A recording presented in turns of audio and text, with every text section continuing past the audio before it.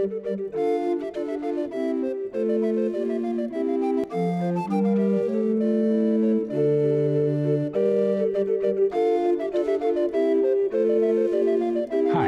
Peter Adamson, and you're listening to the History of Philosophy podcast, brought to you with the support of the Philosophy Department at King's College London and the LMU in Munich.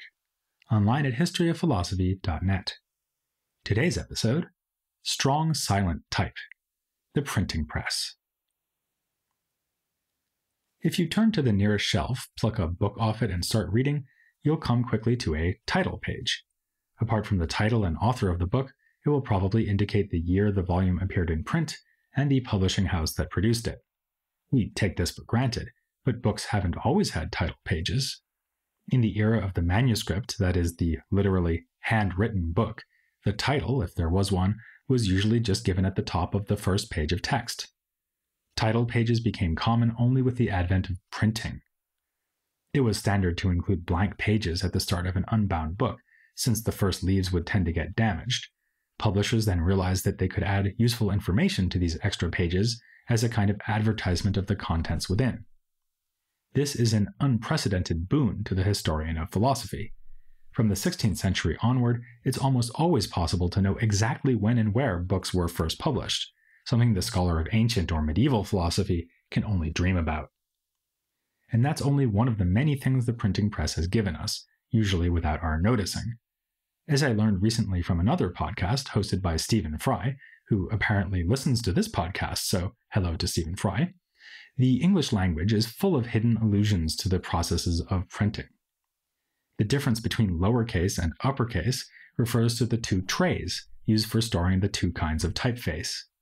Naturally, when putting the individual letters into the cases, you need to mind your P's and Q's to avoid confusing them. The phrase out of sorts may go back to the problem of running out of type while setting pages. A stereotype was a whole plate set permanently for printing and reprinting a given page, rather than using individual letters that could be removed and reused for a different text. The French had their own word for this, cliché. Oh, and one other thing, the printing press changed the course of European history. This is itself a bit of a cliché, but for once I am not going to challenge our stereotypical assumptions. In fact, you could argue that historians of philosophy usually underestimate the importance of printing. If you wanted to divide the whole history of European philosophy into just two periods, it would make a lot of sense to draw the line in the late 15th century, dividing the pre-print and post-print eras. Indeed, you could argue that this is the deeper truth underlying the more familiar contrast between medieval and early modern philosophy. Medieval philosophy could be disseminated only through the painstaking labor of scribes. Early modern philosophical works were, at first, set down in the handwriting of their authors, too, given the absence of typewriters and computers, but they could then be reproduced in print runs of thousands of copies, reaching a much wider audience. To give you an idea of the difference, it has been calculated that early in the history of print, having a book copied once by hand would cost about the same as printing several hundred copies of that same book. The transition from handwritten philosophy to printed philosophy can of course be traced to the invention of the printing press by Johannes Gutenberg, an artisan from Mainz. Though I wouldn't hesitate to use that word, invention, I should mention a couple of caveats. First, books had been printed hundreds of years earlier in China using type made of wood instead of cast metal. Woodcuts were also used in Europe before Gutenberg came along. Second, Gutenberg's breakthrough was an innovative combination of several existing technologies, from paper making to the wine press, along with perfecting things like the hand casting of the letter type and perfecting the viscosity of the ink, which was made from soot, varnish, and egg white. The result was that the metal typeface could be set to make many copies of a page. In this era, average print runs ranged from the low hundreds to the low thousands, with the type then being returned to the cases to be reused. Gutenberg did not get rich off his epoch-making invention. After a legal dispute resulting from delays in selling his famous Bibles, the press shop passed to the sole ownership of his business partner, Johann Fust. Perhaps we could say that Gutenberg had unwisely made a Fustian pact. But others would reap the rewards. Printing became big business by the end of the 15th and early 16th centuries. As all that money changed hands, a lot else was changing thanks to the rise of printing. We can start with its effect on education. I'm sure you knew that Gutenberg printed Bibles, but you probably didn't know that he also printed school books. In generations to come, printers would collaborate with scholars and schoolmasters to select works for printing. The most famous example in the realm of philosophy is one that we've already discussed, the press at Venice, run by Aldus Manutius, which printed, among other things, a Greek edition of Aristotle. Humanists were among the first to see the potential of printing, which would enable them to get good grammar books and examples of fine Latin style into the hands of young students. Scholarship could more easily have a Europe-wide impact. Erasmus is the obvious example here, with 2,500 editions of works from his pen in the 16th century, with each edition, of course, having a print run in the hundreds or thousands. Among the Italian humanists, the most widely read was Poliziano, who received more than 120 editions between 1480 and 1559. A noteworthy but not atypical example of his impact is found in a letter by Philip Melanchthon, in which he spares himself the trouble of translating the cave allegory from Plato's Republic by simply reproducing Poliziano's version. This vignette also illustrates the way that texts and translations of classical authors became more widely available thanks to printing. Printings of Ficino's translations of Plato were a huge success, and classical Latin authors also benefited from the Gutenberg effect. Cicero, as the most admired ancient Latin stylist, had his works appear 300 times in the era of early printings, or incunabula, with another 1,500 following in the 16th century. It is scarcely possible to overestimate the effect of this abundance of literature on intellectuals across Europe. In a classic study of the impact of the printing press, Elisabeth Eisenstein pointed out that the work of thinkers as diverse as Copernicus and Montaigne was made possible by the sheer range and quality of texts at their disposal. As Eisenstein observed, Copernicus as a young student would have had a hard time getting his hands on the astronomy of Ptolemy. By the end of his life, he could consult 3 different printed editions. Montaigne, meanwhile, could see more books by spending a few months in his tower study than earlier scholars had seen after a lifetime of travel. No longer would scholars have small private libraries dominated by an equally small number of authorities, Aristotle, Augustine, and little else. The mind of a man like Montaigne was now privy to a chorus of many voices, whose echoes make themselves heard in his own writing. And readers were not just engaging with more text than before, they were using them differently. The possibility to have books more ready to hand reduced the need to commit things to memory, especially since printers made their productions more user-friendly. Consider the index. It would make no sense to go to the labor of compiling a list of names or topics mentioned in a book and give the page number of each mention if the book is a unique handwritten object. But if you are printing 2,000 identical copies, an index makes a lot of sense, especially since it would be a selling point to attract potential buyers. So the printing press fundamentally altered the way that Reformation-era scholars read ancient philosophy and other secular literature. But this is not to say that such works dominated the output of the early presses. To the contrary, most printings were of religious material, ranging from the Bible to liturgical texts, works of church law, and the theological writings of the church fathers and medieval scholastics.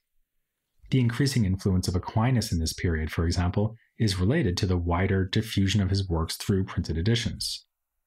It should also be remembered that you can use a printing press to publish things other than books. Short pamphlets and single-sheet publications were common and helped to keep the money flowing in alongside the sale of books that required a significant initial investment. When we think of this early period of printing, we tend to imagine such productions as the Gutenberg Bibles or the Nuremberg Chronicle, a lavish historical work that was a monument to both the new art of printing and the glory of the city in which it was published. But there are 2,000 single-sheet texts that have managed to survive from the 15th century alone. Obviously, many, many more existed and have been lost since. It's telling that more than 1/3 of those surviving single pages are letters of indulgence, that is, church documents forgiving sins in exchange for a financial donation. Just as we usually associate the birth of printing with books, we associate it with the Protestant Reformation, and for good reason, as we'll see in a moment. But as the Catholic Church realized, printing offered the potential for standardizing religious practice and belief, just as much as the potential for destabilizing religion. If you're trying to get as many people as possible to adopt the same liturgy, the power to publish thousands of identical guides to that liturgy is mighty useful. The exception that proves the rule here would be a work called In Praise of Scribes, written by the abbot of Sponheim, one Johannes Trithemius. He decried the rise of printing and extolled the spiritual value of writing things out by hand. How did he get this treatise to as wide a readership as possible? By having it printed, of course. Actually, we should admit something that Trithemius may have overlooked, namely that printing and writing by hand were not starkly opposed alternatives. I already mentioned that a printed text would obviously have been based on a manuscript original. More unexpectedly, the reverse is also true, as many manuscripts from the late 15th century were actually copied from printed incunabula. Furthermore, readers would annotate their printed editions by hand, making marginal notes or underlining passages just as they had always done with manuscripts. In some cases, printers facilitated that with the layout of their editions, as when school texts included generous spaces between lines and in the margins to give students room to scribble notes. If you have a look at images of early printed books using our own most recent publication medium, the internet, you'll notice that the type is actually based closely on contemporary handwriting style. This is a common pattern with new technologies, as when early electric lights were made to look like candles. For readers around the turn of the 16th century, it would have made printed text look reassuringly familiar.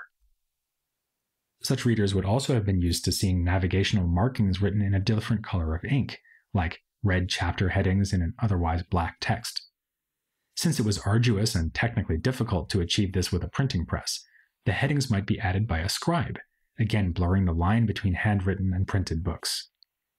On the other hand, features of text you might associate more with the handwritten could be achieved in a printed book using engravings. These would include ornamentation and illustration, including scientific diagrams. This is something else that had important implications for the development of the intellectual disciplines.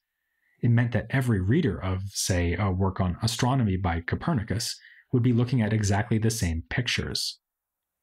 Later, we'll discuss the scholastic movement initiated by Peter Ramos, a Parisian schoolman. His use of diagrams and tables for pedagogical purposes was well suited for the press. But in the 16th century, no thinker made more powerful use of printing than Martin Luther. In the previous episode, I raised the question of what made his impact so much greater than that of earlier reformers like Wycliffe and Huss. Part of the answer is surely that they did not have access to printing presses, and he did. He lived in the right place as well as the right time. In the 15th century, Italy, and especially Venice, had been a dominant force in publishing, but the center of gravity shifted to Germany, especially after the invasion of Italy by France around the turn of the 16th century. Luther's city of Wittenberg started its tradition of printing in 1502 and accelerated quickly, putting out no fewer than 600 editions in the first quarter of the century. And Wittenberg was only one of many cities where the presses churned out copies of Luther's sermons, treatises, and polemics. Not to mention his translation of the New Testament into German, a work so influential that it was used even by Catholics of the period, and is given credit for helping to fix the form of German still standard today. Some back-of-the-envelope calculations by one scholar suggest that there may have been more than 3 million copies of works by Luther printed in Europe in just the 3 decades from 1516 to 1546, representing 20% of the total printed literature of the time. Many of his works were short pamphlets, for which historians use the German term Flugschriften, meaning flying writings, because they could be disseminated so easily. There's a plausible case to be made for the proposition that Luther's approach to religion simply lent itself better to the age of the printing press than did the church doctrines he was attacking. Like Wycliffe before him, or in his own period, William Tyndale, translator of the Bible into English, Luther wanted as many people as possible to familiarize themselves with Scripture. His idea of the priesthood of all believers did not mean that each Christian should indulge in developing their own theology, but he did invite all believers to make up their own minds about religious questions, and to help them make up their minds, he issued a torrent of writings to persuade them of the Lutheran view. His version of the New Testament came along with explanatory material, designed to coax its readers to adopt the Lutheran interpretation.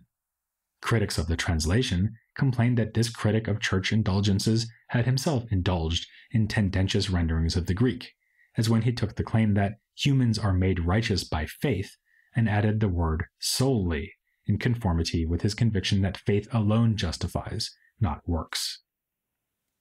The Catholics who wished to respond to Luther were in a difficult position.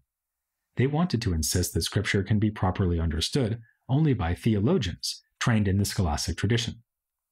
The Catholic polemicist Thomas Murner satirically remarked that followers of Reform movements would proclaim, "I no longer obey anyone. I am a good Lutheran." Looking forward to the effects of this uprising against the Church, he predicted, "Neither Pope, Emperor, King, Bishop, bath attendant, or pig herder will any longer be distinguishable." But the importance of higher learning and church authority was not an easy case to make in the popular vernacular format being used to such great effect by Luther. Then, too, by refuting Luther in print, they risked spreading knowledge of his teachings. It seemed then that the Church could not beat Luther by joining him in the print revolution. The obvious solution was to keep him out of print in the first place, but this was not going to be easy. Church censorship required enforcement by local secular powers, which might or might not be inclined to carry out the Pope's edicts. The authorities might content themselves with banning outright libelous material, which would leave the reformers plenty of scope to advance their religious views in public, both by preaching and in print.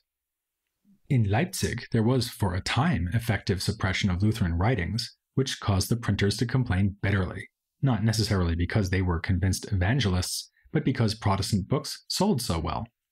One complained of being allowed to print only Catholic treatises which are desired by no one and cannot even be given away. There was also a kind of feedback loop, whereby printers avoided censorship by flocking to cities that were sympathetic towards Lutheranism, making these places even more important centers of the Reform movement. The situation was a bit more complicated than that, though. The war of religion in print, which presaged the wars of religion on the actual battlefield, was not a two-sided affair. Luther and his sympathizers aimed their rhetorical fire at the Catholics, certainly, but also at other reformers. A particular flashpoint for debate was the question of how bread is transformed into the body of Christ in the Mass, or rather, whether it is transformed at all. The Church adhered to the interpretation put forward by, among others, Thomas Aquinas.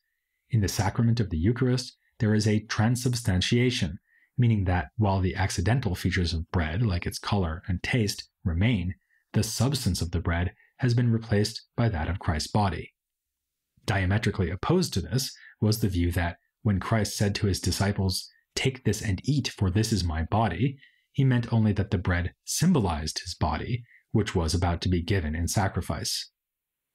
This merely symbolic interpretation was defended by Huldrych Zwingli, among others, and associated with the Reform movement in the Swiss cities of Zurich and Basel.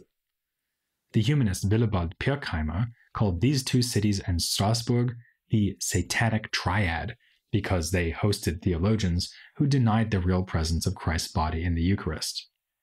Luther, meanwhile, took a middle view. Christ is really present in the bread, but it nonetheless remains bread. And like Pirkheimer, he was harshly critical of Zwingli and his followers. This looks like a purely theological debate, but we'll be seeing that it was of some consequence for the history of philosophy. For now, the important point is that it was a dispute carried out in printed texts. A recent study of the controversy by Amy Nelson Burnett found 273 individual works on the topic in 905 printings, and that's just in the later 1520s. The Lutheran camp made much more effective use of the new medium, with Wittenberg outpublishing Zurich by a factor of 3. The fact that Swiss German was a dialect with fewer readers was another disadvantage for Zwingli. These were, of course, entirely new factors to consider in a theological disagreement. No longer were such contests fought in Latin at universities or before a panel of churchmen. Appeals were now being made to the court of public opinion, something evident even from the use of various literary genres by the protagonists. While the Catholics conservatively stuck to composing formal treatises, Protestants offered their readers sermons, dialogues, and catechisms. As Burnet remarks, the printing press subverted central authority by disseminating ideas to a broad audience and encouraging individuals to think for themselves. Now, you might be a bit skeptical here on the grounds that surely not that many people were interested in such arcane theological matters, and surely most people didn't know how to read, so they could not have been influenced by written material anyway, whether printed or written by hand. Against the first objection, we can note that by the 1520s, printers had become pretty canny about what sorts of writing would sell. Those 905 editions would never have appeared if there were no audience for them. The second objection has a more complicated answer. It's certainly true that in some regions, especially rural ones, literacy rates were low. In Eastern German villages, for example, preaching was a far more important vehicle for reform than books. In the cities, though, literacy rates may have been up around 30%. And, crucially, it's not as if printed works could only reach those who were able to read. Often the only literate members of a family would be the adult men, but they might read aloud to the rest of the household, and were encouraged to do so by the evangelist movement, which invited them to be preachers to their families. The same goes for those who took up preaching as a real vocation and went into the countryside towns to spread the teachings of Luther or Zwingli. They knew about those teachings because they had read Luther or Zwingli in print. Luther knew that his movement was fueled by soot, varnish, and egg white. He called printing God's highest and extremest act of grace, whereby the business of the gospel is driven forward. As I've said, though, it wasn't only the reformers who sought to use printing to press their advantage. At this time, humanism was rippling out from Italy across Europe, something we can trace back to the time before Gutenberg, but also a trend that was enhanced by his new technology.